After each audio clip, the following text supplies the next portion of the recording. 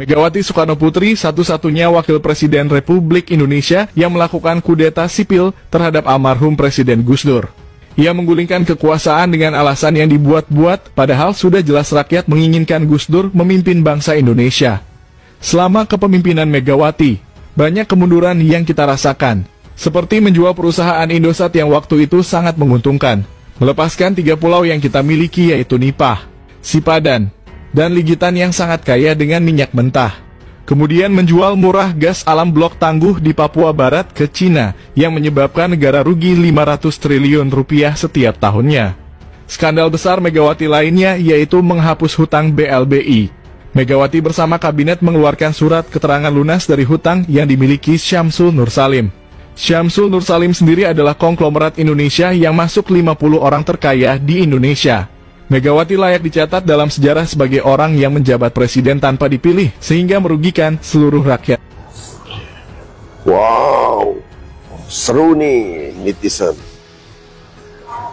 Jadi ini pertarungan, saya melihat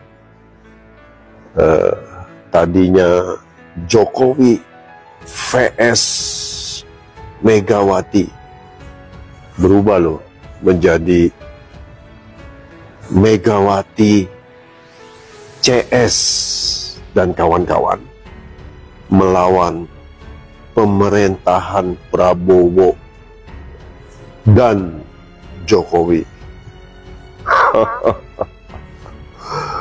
Ya, jadi kalau Anda lihat ada gerakan gugatan ya seperti ini. Sudah ke 5 kali ya datang ke KPK untuk ke hari ini untuk meminta agar KPK kembali menelaah atau membuka laporan saya sebelumnya, yaitu tahun 2022 dan tahun 2024, karena tentang dugaan korupsi nepotisme dan tindak pidana pencucian uang yang dilakukan oleh Joko Widodo dan keluarganya. Saya mau katakan apa adanya. Kalau ada kekurangan, kita semua ada kekurangan. Semua pemimpin ada kekurangan. Jangan memfitnah, jangan menyerang. Kita semua punya kekurangan. Nah, saudara, kita masyarakat belajar coba memahami perseteruan Jokowi vs Megawati ini berlanjut terus berkembang menjadi liar. Ya, akhirnya menjadi Megawati lawan pemerintah Prabowo. Ya, kita tahu saudara, Megawati PDIP lagi ketar-ketir, takut karena sebentar lagi akan ada yang dipanggil ke KPK. Jangan-jangan Megawati dan elitnya, ya, bisa jadi Pramono Anung, Puan Maharani, Ganjar, bahkan berkembang terus. Ya, jadi kita tidak heran kalau undang-undang perampasan aset tidak mau ditandatangani oleh PDIP, ya, dan pernyataan Megawati bahwa kadernya bisa habis semua, ya, bisa habis semua, miskin semua, ya. Jadi kadang saya juga berpikir,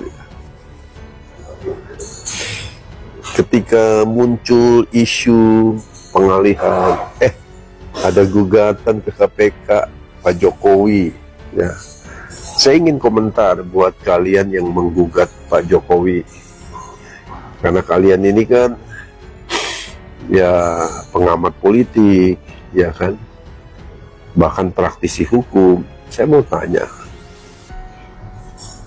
kalau Anda yang tidak membawa bukti kepada KPK kemudian mau menggugat Pak Jokowi, ya, kemudian masyarakat berpikir kalian ini pasti suruhan Megawati. Kenapa? Karena yang sangat bermasalah dengan hukum adalah PDIP dan Megawati. Bukan saja saat ini Hasto jadi tersangka kasus Harun Masiku terkait dengan penyuapan, tapi kan juga masalah Indosat dijual, ya, penghapusan utang BLBI, penjualan aset. Ini kan bukan perkara kecil, bicara ribuan triliun yang dilakukan oleh Megawati. Kok kalian yang katanya pejuang-pejuang 88 misalnya, atau pejuang demokrasi, atau apalah sebutan kalian, kenapa kok nggak menyasar ke sana? Dan yang lucunya lagi, Anda menyasar Jokowi yang katanya masih dugaan. Jadi bukankah kalian ini kelihatan jadi kayak dagelan stand up comedy? Ketahuan bener kalian ini, ya, siapa di belakangnya. Jadi ya, karena biarpun tidak terbukti, tapi kan kalau terjadi di BAP, misalnya dipanggil KPK atas laporan A, B, dan C, ini kan juga akhirnya akan menurunkan kredibilitas Bapak Jokowi di mata masyarakat. Itu kan yang kalian mau. Bukan soal terbukti atau tidak. Kalian berupaya ingin melakukan karakter assassination. Saya paham itu. Kenapa? Karena saya pernah ngalamin. Ketika bisnis saya mau diambil alih oleh orang lain, ya, karena terjadi masalah kisru di dalam perusahaan, maka dibuatlah laporan LP, laporan polisi namanya. Belum terbukti dan belum di BAP. Buatlah laporan. Kemudian dari hasil laporan LP itu sudah dipublikasikan ke media.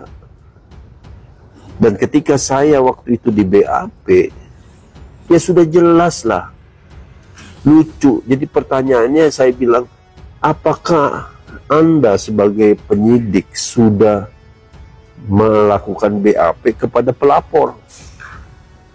Ya nanti katanya. Jadi ketahuan sekali tujuannya adalah karakter assassination agar aset saya bisa dibeli dengan murah ketika nama baik saya hancur. Gitu. Tapi kalian lupa, ada pasal pencemaran nama baik, di mana akhirnya saya menggugat balik atas laporan itu, dan mereka yang melaporkannya, ya, harus mengganti kerugian material belasan miliar kepada saya, dan itulah yang terjadi. Jadi kalau kalian mau melapor ke KPK, mau melapor macam-macam, saya ingatkan kalian, hati-hati, ada pasal pencemaran nama baik. Kalau dulu Pak Jokowi, dia tidak akan melakukan laporan pencemaran nama baik karena dia sebagai presiden. Tapi sekarang dia adalah orang biasa. Bisa saja dia melaporkan kalian sebagai pencemaran nama baik. Apakah Anda siap dilaporkan? Itu aja yang kalian harus jawab.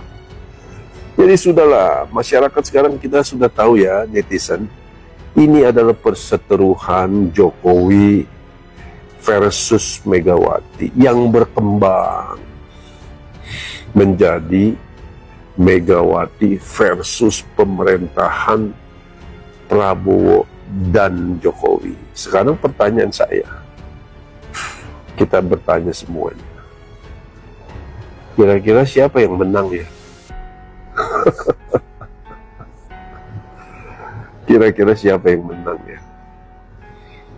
Ya, rekam jejak sudah ada, bukti sudah ada, pernyataan Gus Dur tentang Megawati siapa sudah ada, ya kan? Kerugian negara sudah jelas, Sudah jelas toh, Indosat dijual rugi, penghapusan hutang, berapa banyak dana yang masuk ke Megawati.